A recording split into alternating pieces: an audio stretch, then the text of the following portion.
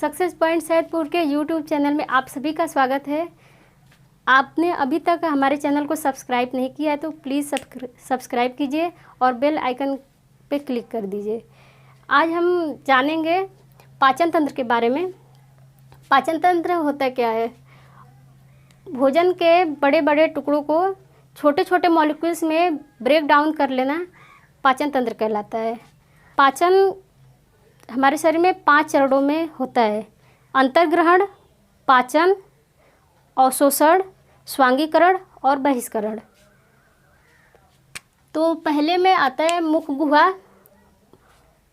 मुख गुहा में हमारा मुख जो होता है ऊपरी और निचले जबड़े के थ्रू आवरण बना हुआ होता है और उसमें जिह्वा होती है और जिह्वा के साथ 3 लार ग्रंथियाँ होती हैं और दांत सबसे अहम रोल निभाते हैं।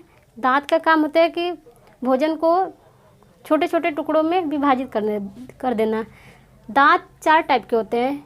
एक होता है इंसीजर, कैनाइन, मोलर तथा प्रीमोलर।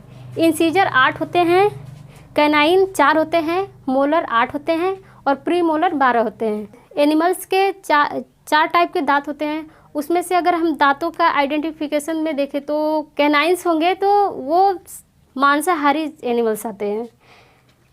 और जो हमारे लार में एमाइलेज नामक एंजाइम होता है जो भोजन को स्टार्च से शर्करा में कन्वर्ट कर देता है।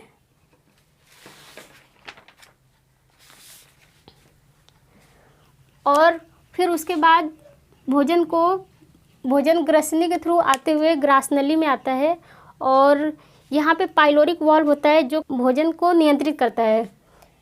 और अमाशय में क्रमाकुंचन होता है भोजन का और क्रमाकुंचन होने की वजह से भोजन काइम में कन्वर्ट होता है।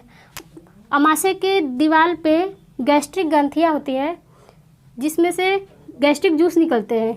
गैस्ट्रिक जूस 3 टाइप के होते हैं: हाइड्रोक्लोरिक अम्ल होता है, म्यूकस होता है और पेप्सिन होता है।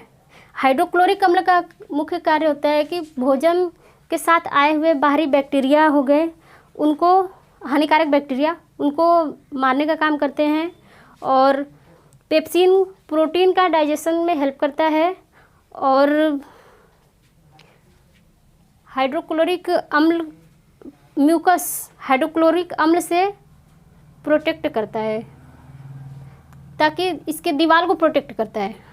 अमाशय में भोजन के प्रोटीन को पेप्सिन नामक एंजाइम पेप्टोनस तथा पेप्टिएज में कन्वर्ट करता है। और कैसिन, दूध में कैसिन नामक प्रोटीन पाया जाता है जो कि कैसिन को रेनिन नामक एंजाइम पैराकैसिन में कन्वर्ट करता है।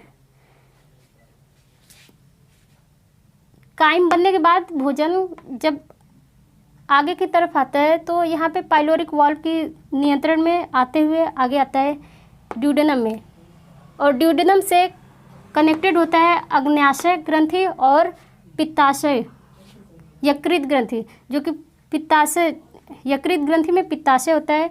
पित्ताशय से पित्त रस निकलता है।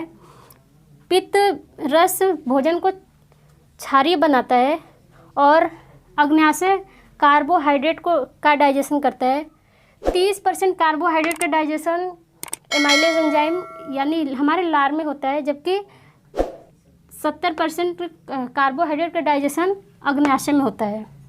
अग्न्याशय रस तभी एक्टिव फॉर्म में होगा जब पित्त रस अग्न्याशय रस से मिला हो। और भोजन जब ड्यूडेनम में आता है तो यहाँ पे इसके कुछ प्रोसेस होते हैं केमिकल, जैसे कि स्टार्च को एमाइलेज एंजाइम माल्टोज में कन्वर्ट करता है। प्रोटीन को ट्रिप्सिन नामक एंजाइम पेप्टाइड्स तथा पेप्टोनस में कन्वर्ट करता है और वसा को लाइपेज नामक एंजाइम फैटी एसिड तथा ग्लिसरॉल में कन्वर्ट करता है।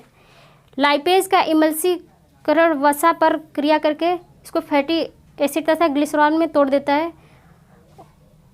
और उसके बाद ड्यूडेनम से आते हुए छोटी आंत में भोजन आता है। छोटी आंत में आंतरस होते हैं जो कि भोजन को और छोटे मॉलिक्यूल्स में तोड़ते हैं। जैसे कि माल्टोज को माल्टेज नामक एंजाइम ग्लूकोज में तोड़ देता है, पेप्टाइड्स को पेप्टिडेज नामक एंजाइम अमीनो अम्ल में तोड़ देता है, और लैक्टेज को लैक्टेज नामक एंजाइम ग्लूकोज तथा गैलेक्टोज में तोड़ देता है, जो कि इन सभी मॉलिक्यूल्स को ब्लड आसानी से एब्जॉर्ब कर सकता है। फिर उसके बाद यहाँ पे आते हुए इसमें छोटी आंत में विलाई होता है, उंगली नुमा संरचना का विलाई होता है, जिसमें कि रक्त वाहिनियाँ होती हैं। यहाँ पे भोजन को एब्जॉर्ब करने के बाद भोजन के रस इसमें समाहित होते हैं, और यह इसके रस रुधिर के थ्रू सेल्स में पहुँचा दिए जाते हैं। सेल्स में पहुँचाने के बाद ऊर्जा प्राप्ति होती है तथा नए ऊतकों का निर्माण होता है, और पुराने कोशिकाओं के मरम्मत में यूज़ होता है, और यह क्रिया स्वांगीकरण यानी एसिमिलेशन कहलाती है। अपचा भोजन छोटी आंत की अपेक्षा बड़ी आंत में आता है, और यहाँ पे अपेंडिक्स होता है, जो कि अब हमारे शरीर में निष्क्रिय रूप में है। पहले के जीवधारियों में पाया जाता था, जब हमारे पूर्वज लोग शाकाहारी थे, ज़्यादा से ज़्यादा वो घास पत्तियाँ ये सब खाते थे, जिसकी वजह से उनको डाइजेस्ट करता था। तो अब हम इतना इसका यूज़ नहीं रह गया है, इसलिए ये इनएक्टिव फॉर्म में है। अब यहाँ पे भोजन आता है बड़ी आंत में आता है, तो यहाँ पे भोजन का पच भोजन में उपस्थित वाटर को बड़ी आंत एब्जॉर्ब कर लेता है, और इसको यहाँ पे आते हुए एब्जॉर्ब कर लेता है, फिर रेक्टम में आ जाता है, और यहाँ पे इकट्ठा हो जाता है, और टाइम पे गुदा द्वारा निष्कासित कर दिया जाता है। तो आप लोगों को हमारा ये वीडियो कैसा लगा? अच्छा लगा हो तो प्लीज़ लाइक कीजिए, सब्सक्राइब कीजिए और शेयर कीजिए। Thank you.